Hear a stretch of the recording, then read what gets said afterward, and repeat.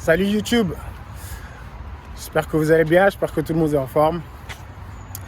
Alors je sors d'une séance explosivité, puissance, détente. Si vous faites des sports collectifs, football, rugby, basket ou des sports individuels comme le MMA, la boxe, les sports de combat, c'est ce qu'il faut. C'est parfait pour vous. Peu importe les sports qui vous demandent d'être explosif, endurant, les trainings que je vous propose peuvent être très très intéressants pour vous. Testez la séance.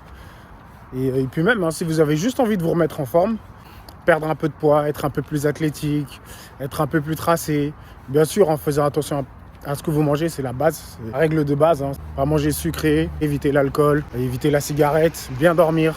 Ce sont les facteurs les plus importants chez moi. Le reste, on s'en fout. Tant que vous bougez régulièrement, c'est le plus important. Donnez-moi vos impressions en commentaire. Likez, partagez. C'est comme ça que vous allez me donner de la force. C'est comme ça que vous allez m'aider à me développer. Je vous laisse aller découvrir là. On se retrouve bientôt sur une prochaine séance. Ciao. Allez, on commence la séance par un peu de mobilité. Pour commencer, mobilité articulaire en genou, cheville avec du squat hold. Il faut rester 30 secondes. Ensuite, on va faire ce qu'on appelle le chien tête en bas. Gardez les talons pressés dans le sol et les paumes de main dans le sol, ce qui va vous étirer les ischios, les fessiers, les mollets. Et ensuite, on va avoir l'étirement du psoas. Du côté du genou qui est plié, vous allez tourner les épaules 10 fois d'un côté et reposer la main au sol. Puis vous allez changer de côté, on fait 10 fois, toujours du côté du genou ouvert. Ce qui va isoler le bassin et réveiller les articulations de la hanche. Ensuite, on va étirer les chevilles. Et on finit avec un étirement du dos. C'est-à-dire, il vous permet de soulager la colonne vertébrale. Si ça craque, c'est très bien. Vous faites 30 secondes d'un côté, puis 30 secondes de l'autre côté. Et on est bien pour commencer. Exercice numéro 1, le front squat. L'objectif, ça va être de descendre en maintenant 3 secondes en bas, puis ensuite de chercher à monter le plus rapidement possible. Le front squat est un exercice qui va vous permettre de travailler les ischios, les fessiers, votre ceinture abdominale et surtout votre puissance. Ça va vous permettre de travailler une bonne mobilité également. C'est encore plus intense que le back squat. Vous faites 4 séries, 10 répétitions. Exercice numéro 2, le high pull, le tirage haut. Venez tirer le plus rapidement possible une fois que votre barre a dépassé vos genoux. Cherchez à décoller les talons et lever les coudes le plus haut possible. La barre au moins à 60% de votre poids de corps. Cherchez à être le plus explosif possible. Gardez le dos bien droit. La barre ne s'éloigne jamais du corps. 4 séries 10 reps. Exercice numéro 3, les fentes latérales. Alors, c'est un exercice qui va vous permettre de solliciter les ischios, les fessiers, mais aussi votre mobilité, mais également vous permettre de travailler le psoas, donc votre mobilité au niveau des hanches. C'est un exercice qu'on voit très très rarement dans les salles parce qu'en général, les gens manquent de mobilité. Pour effectuer ce genre d'exercice, vous me faites 10 répétitions jambe droite, puis 10 répétitions jambe gauche. Gérez votre charge au niveau du kettlebell.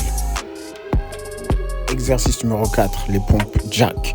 Vous me faites 4 séries, 10 répétitions. Je me suis rajouté un lest pour ajouter un peu plus de surcharge et développer un peu ma puissance. Si vous n'êtes pas à l'aise, commencez au poids de corps ou au fur et à mesure, vous montrez la charge.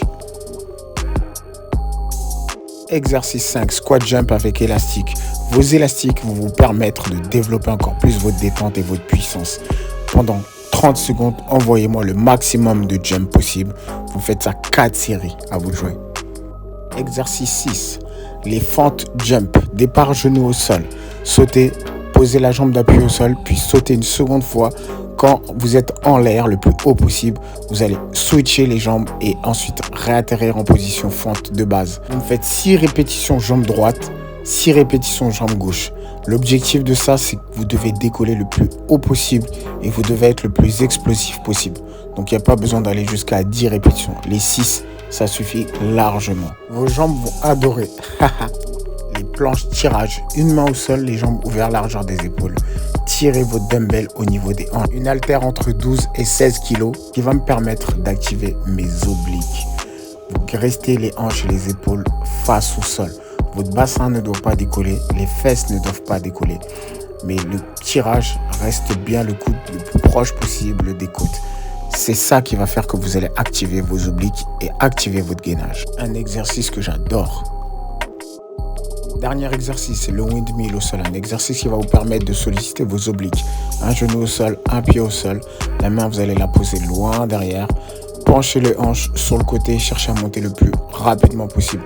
Votre barre doit rester tendue à la verticale en direction du ciel pour juste aussi travailler votre résistance, votre mobilité au niveau de l'épaule.